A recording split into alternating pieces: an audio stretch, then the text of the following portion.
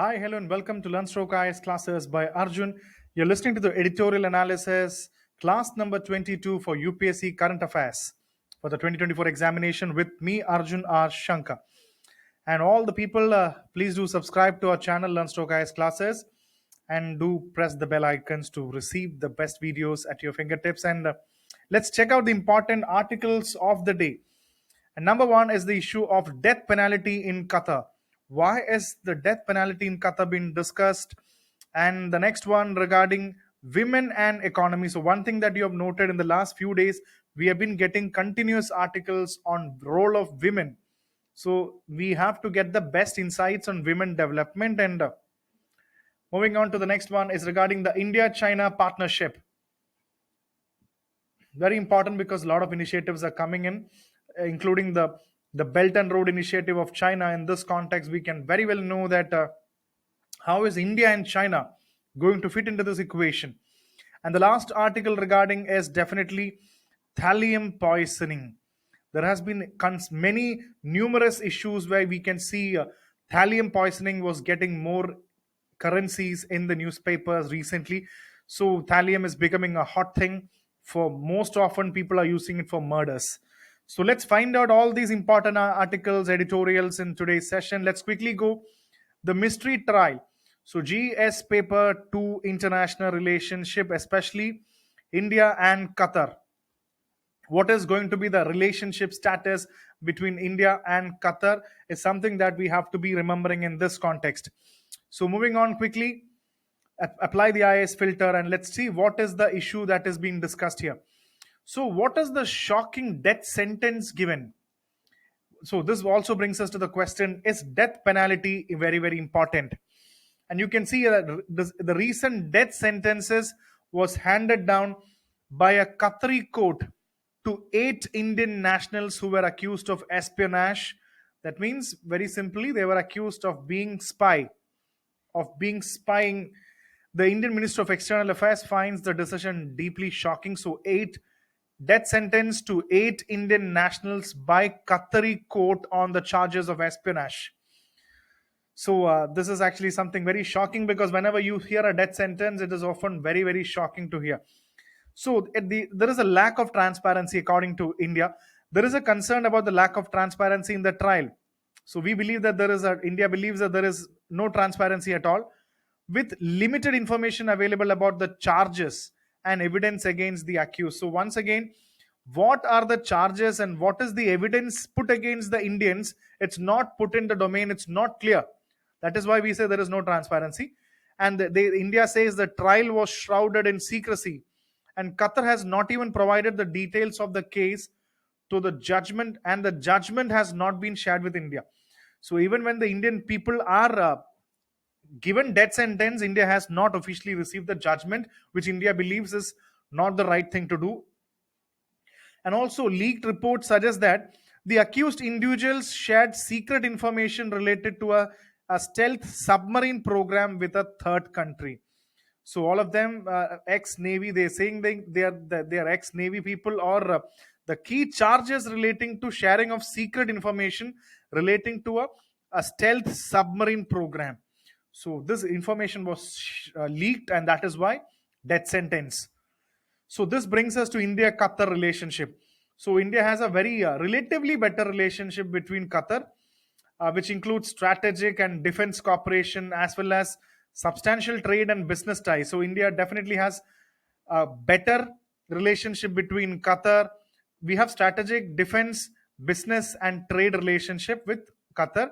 And you can see India sources a significant portion of the LNG. Very, very important. So in this context, liquefied natural gas, what is this LNG and what is LNG used for? So please do find out about LNG because LNG has appeared in the news. So definitely we should be knowing about LNG. And almost 7 lakh Indian expatriates play a crucial role in Qatar's institutional and workforce. So definitely more. How many Indians are actually working for the benefit of Qatar? And most of the LNG of India comes from Qatar. And the article talks about we need to do, it's an urgent thing. Indian government should definitely act swiftly. That is a word, swiftly, to support the accused individual. So we should actually use the legal and diplomatic channels to appeal to the verdict and advocate for clemency. The Indian leadership, including the Prime Minister, should engage with Qatari authorities to ensure that the best possible outcome should be realized. And we should prioritize the lives of these men despite potential geopolitical considerations such as differences with Qatar. So definitely we know that there is differential geopolitical consideration. We have some differences with Qatar. What is that? Because India's policy on Israel and Palestine might be a catalyst for Qatar, because India, you know what is India's stance. India is supporting Israel, and so differences on Qatar, whatever differences on Qatar should be taken away, and we should work for it. And let's demonstrate that no Indians left behind. So commitment that a policy of no Indians left behind. We have to act, speak for all the Indians here. So let's. This is the most important thing. So let's really hope that India will actually vouch for these people. Moving on to the next important article is again GS paper 1. Women can make the world better. GS paper 1, role of women and women institutions, and also GS paper 3, the impact on the economy. So women and the economy is something that we have to discuss in this context. So let's quickly discuss the important points, apply the IAS filter, and take the most important one. So gender disparity in economics as a subject itself, you know why as a subject itself? It highlights the bias in economic history and Nobel Memorial Prize in economic sciences. They say that mostly it is the men who get the Nobel Prize in economics, and hardly, with only 3 women laureates have actually won economics Nobel Prize. Majority, even when you talk about this time it has been talking about Claudia Goldin's Nobel Prize. So 2023, Claudia Goldin received the Nobel Prize in economics, and what her research was simple: the gender wage gap, particularly why women earn less than men despite doing the same work. So it is the same work. Imagine that this is the work, and women, this is men, and this is women. What happens is men doing the same work gets 1,000, and women doing the same work only gets 600. So there is, even in the Constitution of India, there is separate provisions for women's empowerment and equal pay. So you can see that the Nobel Prize winners research was gender wage gap. This is the gender wage gap, simply called the wage gap. And you can very well see this idea that women, and apart from that, women's unpaid work, women all at work at home, is undervalued in the economy. So whatever women's work is actually done, whatever caring work that women does in a family is not accounted in the economy.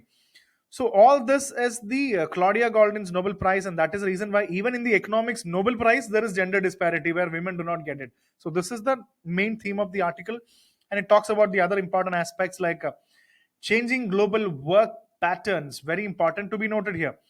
So it is actually telling that the global employment patterns are completely shifting. Why is the global employment pattern shifting? Because majority of the world population, the workers, are shifting towards gig economy and informal sector. You know that recently, everybody, you know what you mean by gig economy. So recently there was also mains question. So more simply, you must be relating, the best thing to relate is the people working in Zomato, Swiggy, and delivery boys who do not come under the formal system. They are people who are working in the gig economy and in the informal sector. So it is actually posing a challenge for India.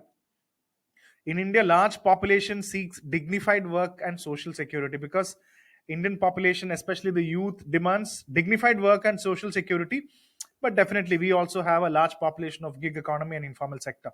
India is not a new place. India's sector is also completely with informal sector itself. So the world working pattern is shifting, and undervaluing care work. This is in the perspective of women. What is your opinion? You can actually even comment below. So what happens is even caregiving work provided by women in domestic and community settings is poorly paid, and it's undervalued in the money economy. So whatever work the women does at family, taking care of the family, looking after the children, what happens is they contribute to the development and growth, but the effort that they get is not at all accounted. It's not accounted. That is the problem. Or if you account it, it's even unpaid. It's not accounted, it's unpaid, or sometimes poorly paid. Instead of giving 1,000, if the work is demanding, you give only 600 or 500, which is poorly paid. And also, it article calls into attention about Indian policy ambitions and sustainable development goals. So SDG is appearing in the news very frequently. If you do not know what is sustainable development goals, please do find out what are the SDG and how is India working in this regard. So please try to work in this regard. And the article clearly says the Indian policymakers in India, you know what, we are aiming or boosting the GDP by pushing women into more industrial and efficient establishment. In India, we are actually pushing more women into the industrial and efficient establishments. And the article says this will actually conflict with the human centric development and SDG. So, what is your opinion on that? They believe that employing more women into industrial settings will only weaken the women. We need to put women in human centric environment to establish the more sustainable development goals. So, what is the role of sustainable development goals and women in India? So, the role of women and SDG can be even a mains question. So, please do understand it from that perspective. And it also talks about a paradigm shift. Especially, we need to create more cooperative, equitable, sustainable solutions to achieve SDGs. So we have already discussed what is SDG, Sustainable Development Goals. We need more cooperative, equitable, and sustainable solutions. And the article talks for a bottom-up approach. Like we start from the bottom, you go up.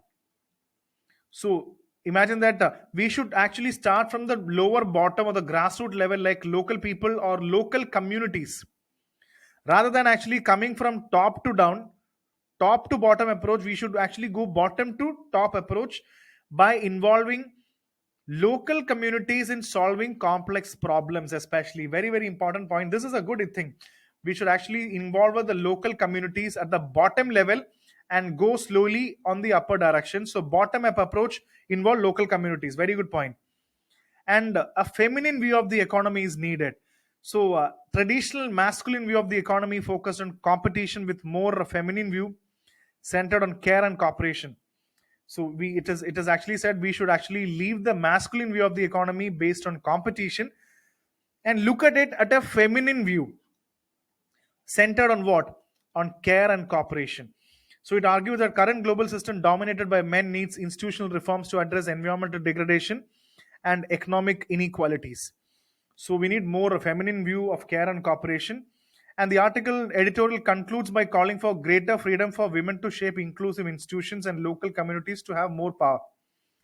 So realizing the most important thing, one family, one earth, one future. So please remember this vocabulary or keyword. You can use this in the mains answers. One family, one earth, one future. We together we do this. So we should give greater freedom to women to shape inclusive institutions. So women should be given more inclusion. So using these keywords, inclusive institutions, greater freedom for women, a traditional view to a feminine view with care and cooperation, and a shift in economics to having more cooperative, equitable, and sustainable solution to achieve SDGs. See, if you can use these words are very important. If you can use these words to write mains answers, definitely you will get more marks because your vocabulary will be different from the normal common aspirant. So please do remember that. So let me give you two questions. What economic challenges does India face in the changing landscape of work, and how does this relate to gender disparity and caregiving roles? You can answer this question. Why is the economic contribution of caregiving work predominantly performed by women undervalued in the traditional economic system, and what impact does this have on the society? So I think these are simple questions. You can definitely answer that. So quickly moving on to the next important is the India-China partnership and its vast global potential. So GS paper 2 international relationship is the most important paper in civil service that we have to understand. So we know that this is the equation, China versus India. So most often we say that China and India have varied interests, but the articles say that China and India have the same kind of past. We have a shared agreement, we have a common past. So we should actually look forward for a common partnership where India and China should not be separate. India and China should stand together for a common vision. Then things are going to be really good. So this is the potential of the article, and let's quickly apply the IAS filter and take the most important points. So one is the global challenges and the search for solutions. So Ukraine and the challenges happening in the even in West Asia, Israel, Palestine, Russia, Ukraine war, whatever, it shows the interconnectedness of traditional and non-traditional security threats. It says that we are having security threats of traditional as well as non-traditional security threats is something that we get, and the world needs growing answers to the deficits in peace, development, security, and governance. We need answers and development in which all areas? Peace, development, security, and governance. We need, the world needs an answer to this. And the two civilizations of Asian civilization with common historical ties, common vision for the future, and we believe that India and China should actually believe in the common principles of fairness and justice. Fairness, India and China should, please do write this vocabulary. India and China should have fairness, justice, and unity in the developmental process when you go together. And it also talks about two important things, one for China and one for India. You can see China has got an important vision called global community.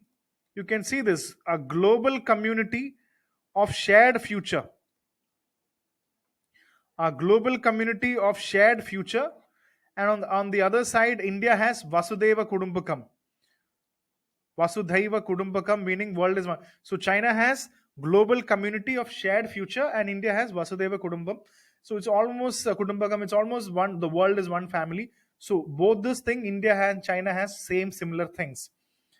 And the Chinese president shared the global community of shared future. We are a global community and we have a sharing future. And this focuses on lasting peace, common security, common development, mutual learning among civilizations, and ecological protection. So whatever, please remember the points: peace, common security, common development, mutual learning, and also ecological protection, because whatever you create these days, you need to add ecology, and environment is very important in that regard, because as a growing committing nation, we should protect the environment.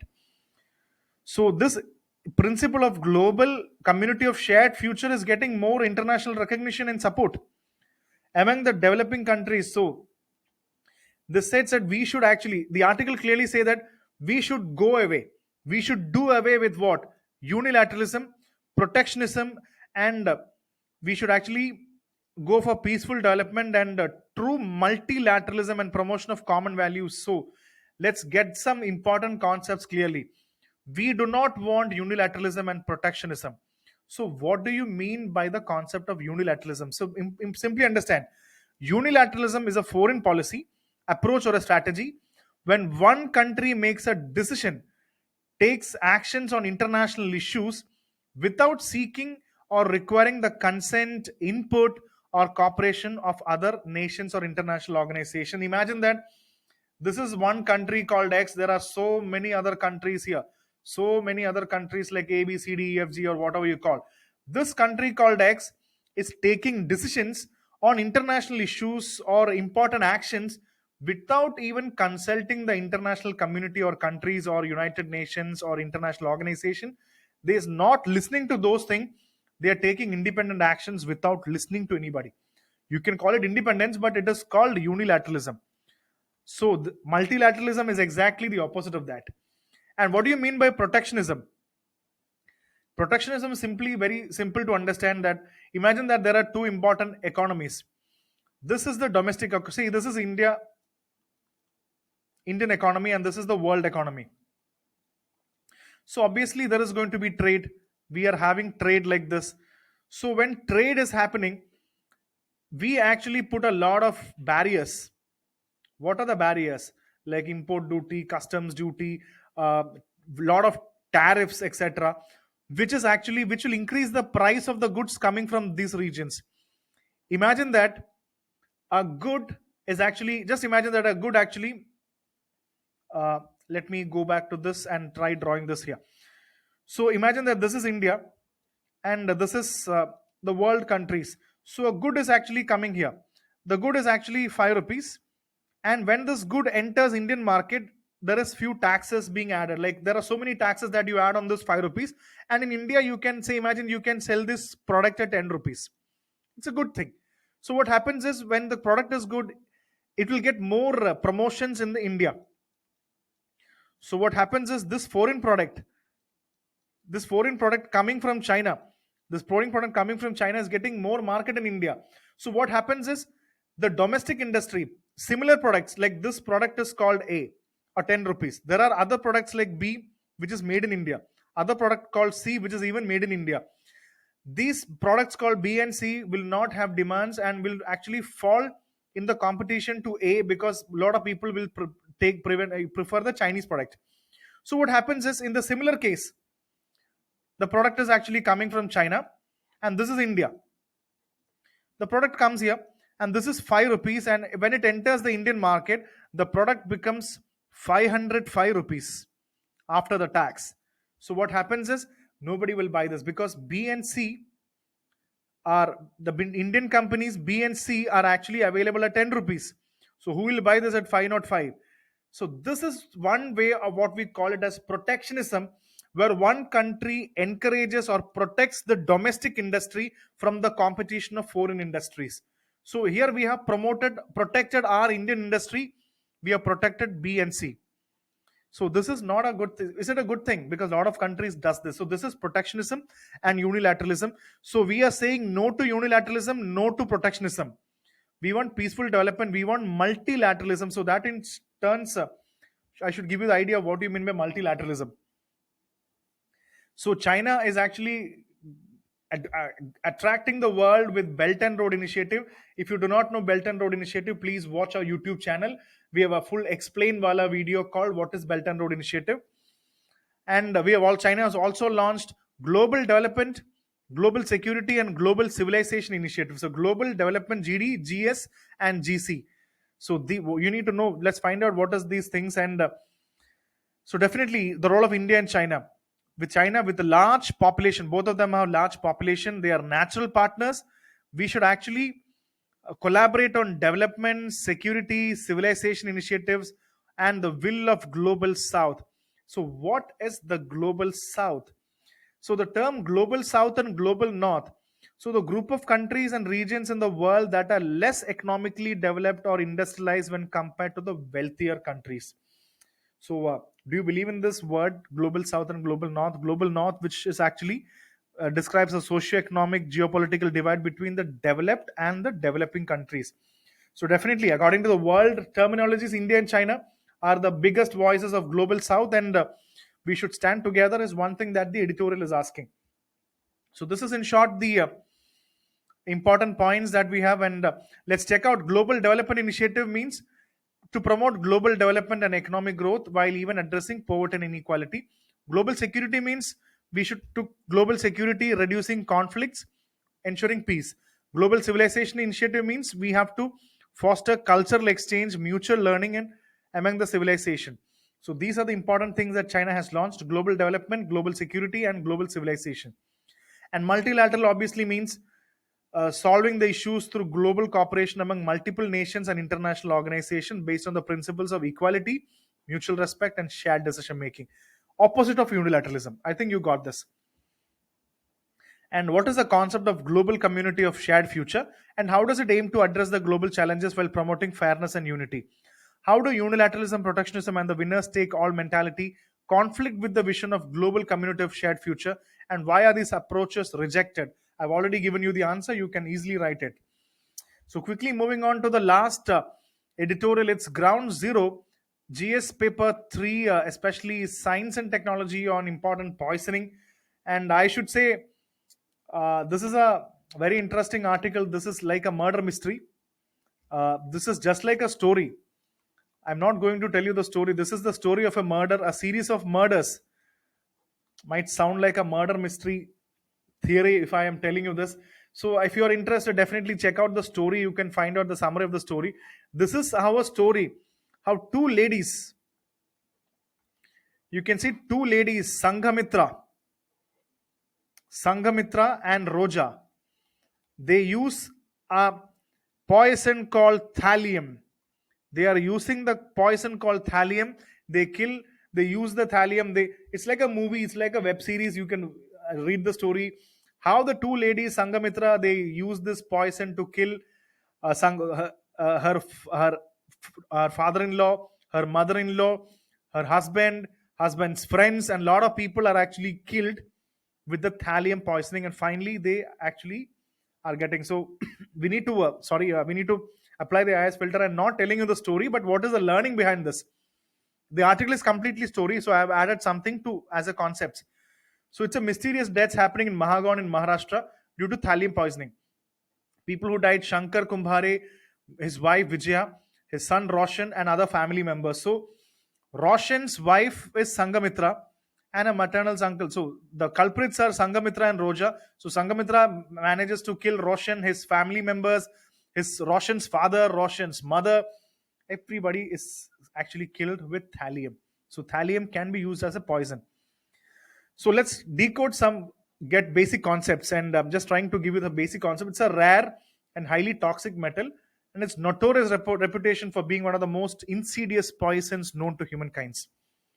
And you can even say the element with actually the symbol TL, thallium, is atomic number 81, was discovered in 1861 by Sir William Crookes. All these are few information that I'm giving you.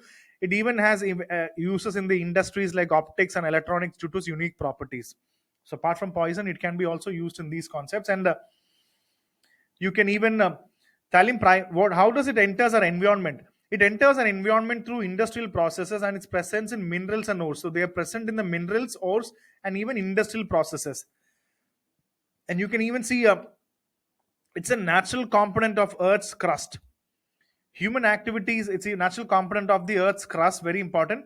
And burning of coal, metal smelting can release thallium into the atmosphere. So thallium can even get into the atmosphere and environment.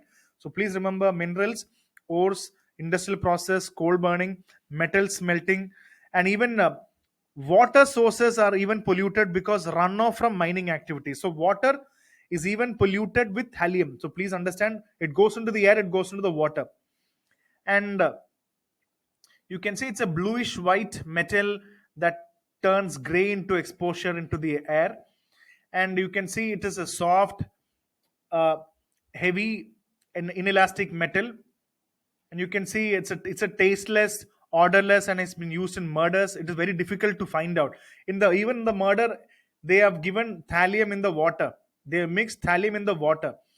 So it's manufacturing of electronics, and it's low temperature thermometers, optical lenses, and imitation precious jewels. It is also used in some chemical reactions and medical procedures. So it can even say, it is even called, because of its murder, it's called the nickname the poisoner and the poison's inheritance powder. So you can see what are the other important: the rapid heart rate, blood pressure, abnormal rhythm, respiratory failure, and it can damage the nerves controlling the muscles of the head and the neck, and also possible heart damage.